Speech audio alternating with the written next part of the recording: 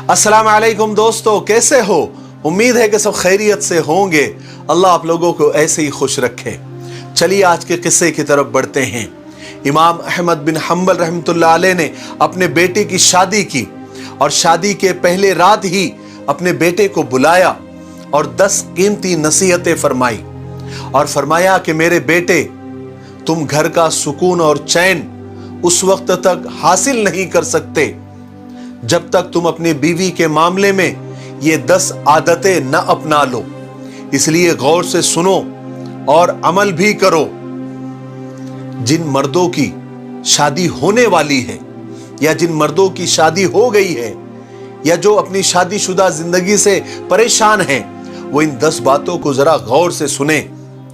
आपकी जिंदगी में सुकून आ जाएगा और घरेलू जिंदगी और शादीशुदा जिंदगी खुशहाल हो जाएगी। नंबर 1, इमाम साहब ने फरमाया, मेरे बेटे, औरतें हमेशा तुम्हारी तवज्जो चाहती है और चाहती है कि तुम उनसे खुले अल्फाज में अपनी मोहब्बत का इजहार करते रहो। लिहाजा वक्तन फवक्तन अपनी बीवी को अपनी मोहब्बत का एहसास दिलाते रहो, वो भी खुले अल्फाज में, ढके छुपे अल्फाज में नहीं। और उसको बताते रहो कि तुम उसके लिए कितनी अहम हो और कितनी कीमती हो और कितनी महबूब हो और तुम उसके कितने वफादार हो। इस गुमान में और इस सोच में मत रहो कि वो खुद ही समझ जाएगी। रिश्तों को इजहार की हमेशा जरूरत होती है।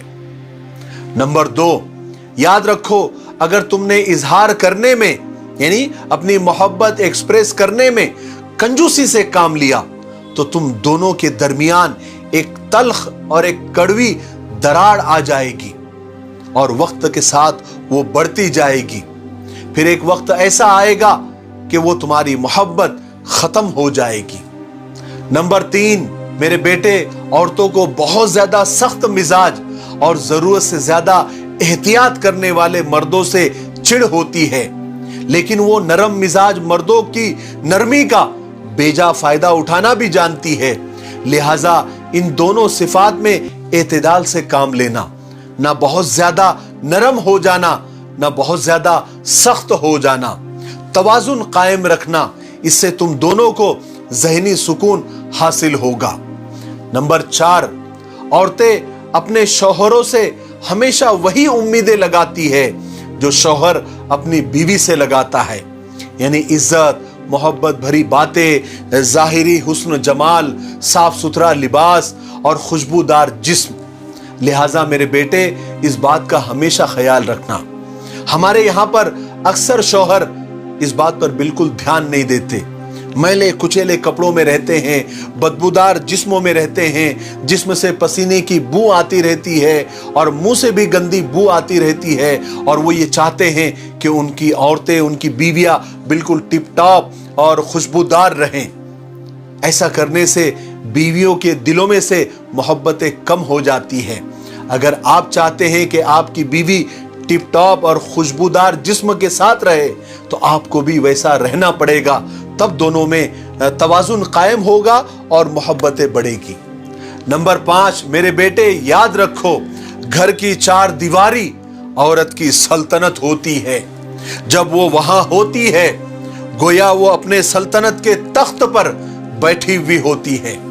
उसकी सल्तनत में बेजा मुदाखलत, इंटरफेयर हरगिज मत करना और उसका तख्त छीनने की भी कभी कोशिश मत करना। और जिस हद तक मुमकिन हो सके, जिस हद तक पॉसिबल हो, घर के मामलात उसी के सुपुर्द कर देना और उसे आजादी दे देना कि वो जो चाहे वो करे। नंबर 6, हर बीवी अपने शौहर से मोहब्बत करना चाहती है, लेकिन याद रखो, उसके अपने माँ बाप, बहन भाई और दीगर घरवाले भी हैं जिनसे वो कभी ताल्लुक नहीं तोड़ सकती, ना उससे ऐसी उम्मीद लगाना जायज है। लिहाजा कभी भी अपने और उसके घरवालों के दरमियान मुकाबले की सूरत पैदा मत होने देना, क्योंकि अगर उसने तुम्हारे प्रेशर में और तुम्हारे खातिर घरवालों को छोड़ भी दिया तब भी वो बेचैन ही रहेगी और ये बेचैनी एक दिन तुमको उससे दूर कर देगी। नंबर 7, बेशक औरत टेढ़ी पसली से पैदा की गई है और इसी में उसका हुस्न भी है। हरगिज कोई ऐब नहीं है, कोई नुक्स नहीं है। औरतें ऐसी ही अच्छी लगती है जिस तरह भवे टेढ़ी ही खूबसूरत मालूम होती है।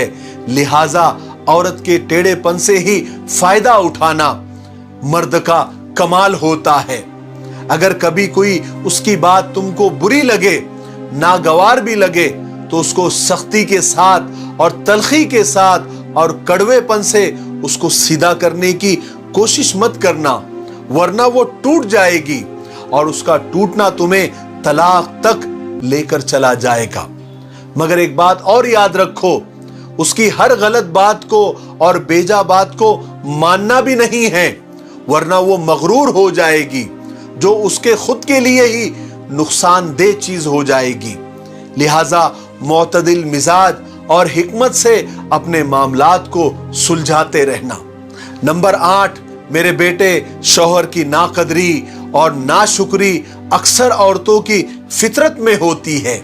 अगर सारी उम्र भी उन पर नवाजिशें करते रहो, उनकी हर बात मानते रहो, लेकिन अगर एक बार भी कोई कमी रह गई तो वो यही कहेगी कि तुमने मेरी कौन सी बात सुनी है जो तुम आज सुनोगे।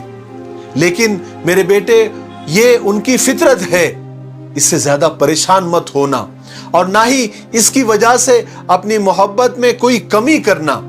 ये उनके अंदर एक छोटा सा ऐब है, लेकिन इसके मुकाबले में उनके पास अनगिनत बेशुमार खूबियां और अच्छाइयां भी है। बस तुम उन पर नजर रखना और अल्लाह की बंदी समझकर उससे मोहब्बत करते रहना, उसके हुकूक अदा करते रहना। नंबर 9, मेरे बेटे, हर औरत पर जिस्मानी कमजोरी के कुछ दिन आते हैं। उन दिनों में अल्लाह ताला ने भी उसको इबादत में छूट दी है, उसकी नमाजें माफ कर दी है, उसको रोजों में ताखीर की सहूलत दे दी है जब तक वो दोबारा अच्छी ना हो जाए।